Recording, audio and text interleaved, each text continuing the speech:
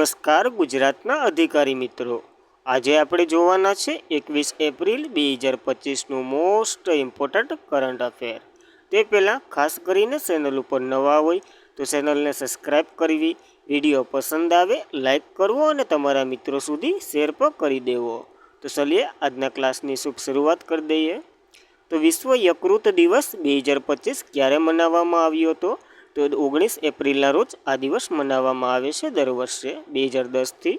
તો વિશ્વ લીવર દિવસ, લીવર અને યકૃત બંને એક જ શબ્દ છે, દર વર્ષે 19 એપ્રિલના રોજ ઉજવવામાં આવે છે। જે European association for the study on the liver જે સંસ્થા છે ને એના દ્વારા પસંદ કરાયેલ આ એક દિવસ છે। આ સંસ્થાની સ્થાપના 1966માં થઈ હતી, પાન્ય જે યકૃત વિશે જાગૃતિ લાવવા અને એને પ્રોત્સાહન આપવા, એનું નિવારણની જે માહિતી ફેલાવવા માટે 2010થી આ દિવસ ઉજવવાની રાખી હતી અને ત્યારથી જ ઉજવવામાં આવે છે। થીમની વાત કરીએ તો ખોરાક એક દવા છે। 2025ની આ થીમ સાથે આ દિવસ ઉજવ્યો હતો। જ્યારે લીવર અથવા તો યકૃતની આપણા શરીરમાં શું રચના હોય એના વિશે માહિતી લઈએ તો લીવર આપણા શરીરની સૌથી મોટી ગ્રંથિ છે, જે શરીરની રાસાયણિક પ્રયોગશાળા પર કહેવામાં આવે છે। અને એમાં સોજો આવે ને તો હિપેટાઇટિસ એ લીવરને લગતો એક રોગ છે, એટલે લીવરમાં સોજો આવી જાય। અને પિત્તરસ યકૃતમાં ઉત્પન્ન થતું પરંતુ તેની અંદર એકઠું થાય છે અને પિત્તાશય એ આમાં પિત્તરસ બને એ।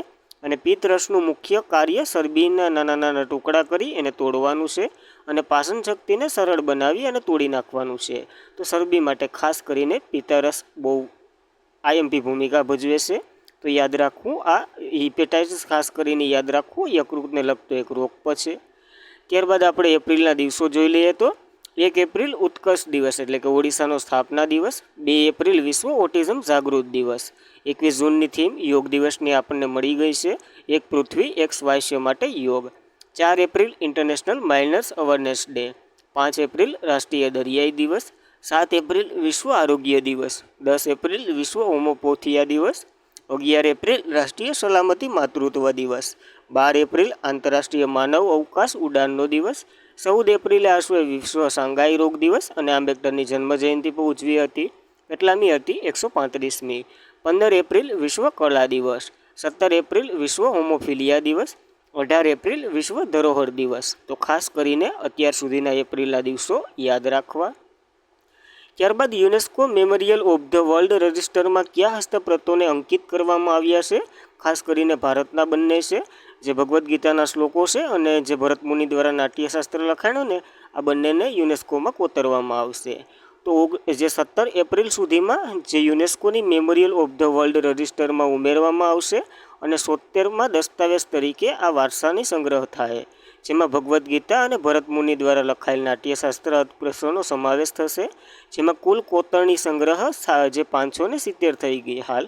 જ્યારે યુનેસ્કોએ જણાવ્યા અનુસાર 72 દેશોના 4 આંતરરાષ્ટ્રીય સંગઠન, જેમાં વૈજ્ઞાનિક ક્રાંતિ, ઇતિહાસ, મહિલા યોગદાન અને બહુપક્ષીય મુખ્ય લક્ષ્યકો પર એન્ટ્રી રજિસ્ટર કરવામાં આવી છે। તો ખાસ કરીને આ માહિતી યાદ રાખવી।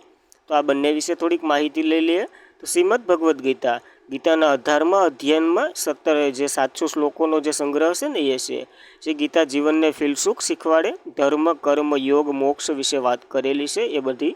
નાટ્યશાસ્ત્રની વાત કરીએ તો તે ભરત મુનિ દ્વારા લખાયેલ છે અને નાટ્ય, નવીનતા, નૃત્ય, સંગીત, કલા, નિયમો વગેરેને માહિતી આપે છે।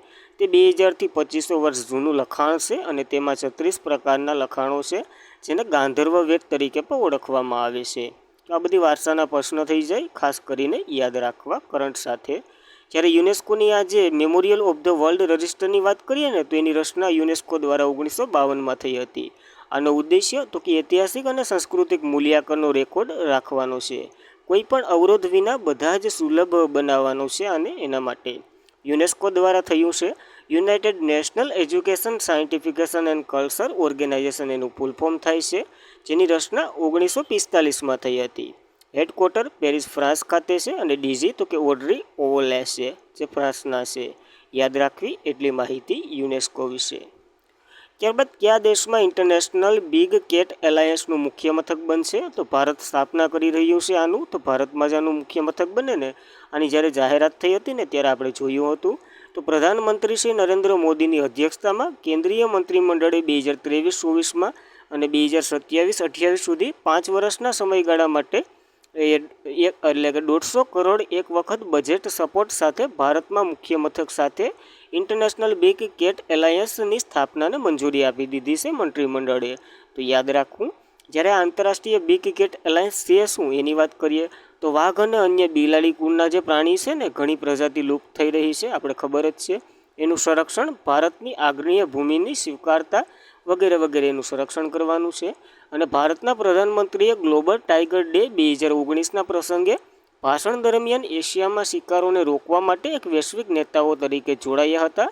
અને ત્યારે જ આની જાહેરાત પણ કરવામાં આવી હતી બિગ કેટ એલાયન્સની, જેમણે 9 એપ્રિલ 2023ના રોજ ભારતમાં પ્રોજેક્ટ ટાઈગરના 50 વર્ષની ઉજવણીના પ્રસંગે આ વાતને પુનઃઉચ્ચાર કરી હતી. જેનો મુખ્ય ઉદ્દેશ્ય હતો કે વિશ્વમાં જે 7 મોટી બિલાડીની પ્રજાતિઓ છે ને, જેમ કે વાઘ, સિંહ, ચિત્તો, હિમદીપડો, પૂમા, જુગાર, ચિત્તો વગેરેનું સંરક્ષણ કરવાનું છે. સભ્ય દેશોમાં કેટલા છે તો કે હાલ 5 છે. ભારત છે, નિકોબાર છે, એસ્ટીઓર છે, લાઇબેરિયા અને સોમાલિયા વગેરે. જ્યાં પ્રજાતિઓ આની જોવા મળતી હોય ને એ પ્રકારના મોસ્ટ ઓફ દેશો છે. તો એ પણ યાદ રાખવું અને મુખ્ય મથક ભારતમાં બનશે. તો કે તાજેતરમાં સરકારે ઇન્ડિયન કાઉન્સિલ એગ્રીકલ્ચર રિસર્ચના ડાયરેક્ટર જનરલ તરીકે કોની નિમણૂક કરી છે તો માગીલાલ જાનની નિમણૂક કરી છે આ પદ માટે. તો જોઈએ એના વિશે. તો પ્રખ્યાત કૃષિશાસ્ત્રી ડૉક્ટર માંગીલાલ જાટને ભારતીય કૃષિ સંશોધન પરિષદના આગામી ડિરેક્ટર જનરલ તરીકે નિયુક્ત કરવામાં આવ્યા છે. પ્રધાનમંત્રી નરેન્દ્ર મોદીની જે અધ્યક્ષતામાં મળેલી મંત્રી પરિષદની બેઠકમાં નિમણૂક થઈ છે. સમિતિ દ્વારા આનું નામ આપવામાં આવ્યું હતું. નવી દિલ્હીમાં મળેલી આ બેઠકમાં માગીલાલ જાટની નિમણૂકને મંજૂરી આપી દીધી છે. યાદ રાખવું, બહુ મોટી સંસ્થા છે જે સોઇલનું મેનેજમેન્ટ કરે ને આ સંસ્થા. તમે ભૂગોળમાં ભણતા જશો. કેટલા પ્રકાર છે ભારતીય જમીનના અને ગુજરાતની જમીનના, કોમેન્ટ કરી દઉં. ડૉક્ટર માગી જાટને હિમાંશુ જૈનનું સ્થાન લેશે, કારણ કે હિમાંશુ જૈનને international crop research institution for the semi arid ટોપિક્સના ડિરેક્ટર જનરલ તરીકે નિયુક્ત કરવામાં આવ્યા છે એટલા માટે. તો આ જોઈ લઈએ Indian council of agriculture research, જેની વાત કરીએ તો 16 જુલાઈ 1929માં એની રચના થઈ હતી બ્રિટિશરો દ્વારા. જે એક કમિશન પર બનાવવામાં આવ્યું હતું, રોયલ કમિશન, એની ભલામણથી આની રચના થઈ હતી. કેન્દ્રીય કૃષિ અને ખેડૂત કલ્યાણ મંત્રાલય હેઠળ આવે છે આ સંસ્થા. અને જે હરિયાળી ક્રાંતિનું નેતૃત્વ અને ભારતમાં જે ખાદ્ય આત્મનિર્ભર બનાવવા માટે મુખ્ય ભૂમિકા ભજવી હતી, જેનું મુખ્ય મથક નવી દિલ્હી ખાતે છે. તો યાદ રાખવી આ સંસ્થા વિશે એટલી માહિતી. ત્યારબાદ પંકજ અડવાણીને કોણે હરાવી અને IBSFના જે વર્લ્ડ બિલિયન્સ ચેમ્પિયનશિપ બન્યા છે તો સૌરભ કોઠારી અહીંયા હરાવી દીધા છે પંકજ અડવાણીને. તો આયર્લેન્ડના કાર્ગોમાં રમાયેલ આ ફાઇનલ અનેક વખત વિજેતા પંકજ અડવાણી છે ને એને શાનદાર વિજય મેળવી અને ભારતના શ્રેષ્ઠ ક્વિસ્ટ સૌરવ કોઠારી એ જે પંકજ અડવાણીને હરાવ્યા અને વર્લ્ડ બિલિયન્સનું ટાઇટલ જીત્યું છે 2025નું. યાદ રાખવું, આવું પહેલી વખત થયું છે. વિશ્વ બિલિયન્સ ખિતાબ જીતનાર પ્રથમ ભારતીયની વાત કરીએ તો વિલ્સન જોન્સ હતા 1958માં. તો આ માહિતી સાથે એટલું આ આર્ટિકલમાં યાદ રાખવું. ત્યારબાદ જોઈએ તો સૌરવ કોઠારી વિશે જોઈ લઈએ, જે કોલકાતાના છે. 2018માં વર્લ્ડ બિલિયન્સ ચેમ્પિયનશિપ જીત્યું છે. જ્યારે આંતરરાષ્ટ્રીય બિલિયન્સ અને સ્નો ફેડરેશનની વાત કરીએ એના દ્વારા આની રચના થઈ અથવા તો આયોજન થયું હતું. 1971માં એની રચના થઈ હતી. મુખ્ય મથક દોહા કતાર ખાતે છે. યાદ રાખવી એટલી માહિતી આ સંસ્થા વિશે. તો એથ્લીટ પાસપોર્ટ મેનેજમેન્ટ યુનિટ સ્થાપના કરનાર ભારત કેટલામો દેશ બન્યો છે તો ભારત 17મો દેશ બન્યો છે. આવું તો આ બધી શું છે તો જોઈએ. ભારત વિશ્વનો 17મો દેશ બન્યો છે જેણે વર્લ્ડ એન્ટી ડોપિંગ એજન્સી દ્વારા જે માન્યતા પ્રાપ્ત એથ્લીટ પાસપોર્ટ મેનેજમેન્ટ યુનિટ સ્થાપ્યું છે. અને ભારતીય એથ્લીટ પાસપોર્ટ મેનેજમેન્ટ યુનિટની સ્થાપના જર્મની, ચીન, યુનાઇટેડ કિંગડમ ને યુનાઇટેડ સ્ટેટ ને એવા દેશોમાં જોડાણ કર્યા બાદ ભારતે આવો નિર્ણય લીધો છે. તો આ શું છે તો કે 17 એપ્રિલ 2025ના રોજ આની સ્થાપના નવી દિલ્હીમાં થઈ છે અને આનું ઉદ્ઘાટન મનસુખ માંડવિયાએ કર્યું હતું. એટલું આના વિશે યાદ રાખવું. જ્યારે એથ્લીટ પાસપોર્ટ મેનેજમેન્ટ યુનિટ શું છે તો કે વાળા છે ને એની એથ્લીટ બાયો જે મેટ્રિક કરવામાં આવે ને જે ખેલાડીઓનું એને ઓપરેટિક માર્ગદર્શક રજૂ કર્યું હતું અને 1 ડિસેમ્બર 2009ના રોજ અમલમાં આવ્યું હતું. એથ્લીટ બાયોલોજિકલ પાસવર્ડ સમય જતાં રમતવીરની પસંદ કરાયેલ જૈવિક ચલણોનું નિરીક્ષણ કરશે, તેને પરોક્ષ રીતે ડોપિંગની અસરોને જાહેર કરશે, આવું બધી કરશે. અને આ એથ્લીટની બાયોલોજિકલ જે પાસવર્ડ એથ્લીટ છે ને એમાં જે ડોપિંગથી ઓલું કરવાનું છે, ટૂંકમાં જે સમજી લો કે કોઈ દવા લઈને રમતા હોય ને એ બધીને દૂર કરવાના છે. એના માટે લોહીના અને પેશાબના નમૂના લઈ અને આના ઉપર વેરીફાઈ કરશે અને આ જે નિર્ણય આપશે એ વાડાનો ઉપર માન્યતા રહે એના માટે છે. વાડાની વાત થઈ છે તો વર્લ્ડ એન્ટી ડોપિંગ એજન્સી છે, જેની રચના 1999માં થઈ હતી. મુખ્ય મથક લોસન સ્વિટ્ઝરલેન્ડમાં છે. મુખ્ય મથક વોલ્ટર્સ બ્લાન્કામાં છે. યાદ રાખવી એટલી માહિતી આ સંસ્થા વિશે. ત્યારબાદ નાણાં મંત્રાલયના મહેસૂલી વિભાગના સચિવો તરીકે કોની નિમણૂક કરવામાં આવી છે? તો અરવિંદ શ્રીવાસ્તવની નિમણૂક કરવામાં આવી છે. ટૂંકમાં ઘણા બધા સચિવોની નિમણૂક કરવામાં આવી છે મંત્રીમંડળ દ્વારા. તો જોઈએ તો કેન્દ્રીય આજે વિવિધ મંત્રાલયોના વિભાગોના સચિવોની નિમણૂક કરી છે, જેમાં અરવિંદ શ્રીવાસ્તવ નાણાં મંત્રાલયના મહેસૂલી વિભાગના સચિવ તરીકે નિયુક્ત કરવામાં આવ્યા છે, જે હાલ પ્રધાનમંત્રી કાર્યાલયમાં અધિક સચિવ તરીકે સેવા આપતા હતા. હવે નાણાં મંત્રાલયમાં હશે. જ્યારે સમીર કુમાર સિન્હા, જે સંરક્ષણ મંત્રાલયના ડિરેક્ટર જનરલ તરીકે કાર્યરત છે, તેને નાગરિક ઉડ્ડયન સચિવ તરીકે નિયુક્ત કરવામાં આવ્યા છે. તો કયા સ્થાન ઉપર આવ્યા ને એ તો ખાસ યાદ રાખવું, કયા જે ભૂતપૂર્વનું સ્થાન નો યાદ રાખો તો કંઈ નહીં. સંતોષ કુમાર સરાંગી, જેઓ હાલ વિદેશ વેપાર મહાનિર્દેશક તરીકે સેવા આપી રહ્યા છે અને એને નવીનીકરણ ઉર્જા મંત્રાલયમાં સચિવ બનાવવામાં આવ્યા છે. નિકુંજ બિહારી ધલ, જે સંસદની બાબતોના મંત્રાલયના સચિવ તરીકે નિયુક્ત કરવામાં આવ્યા છે. તો આ 4-5 નિયુક્તિ ખાસ કરીને યાદ રાખવી, નકર તો ઘણા સચિવોની નિમણૂક થઈ. આપણને જે આઈએમપી છે એર ઇન્ડિયામાંથી જે આર્ટિકલ લીધો એમાં જે છે એ લીધા.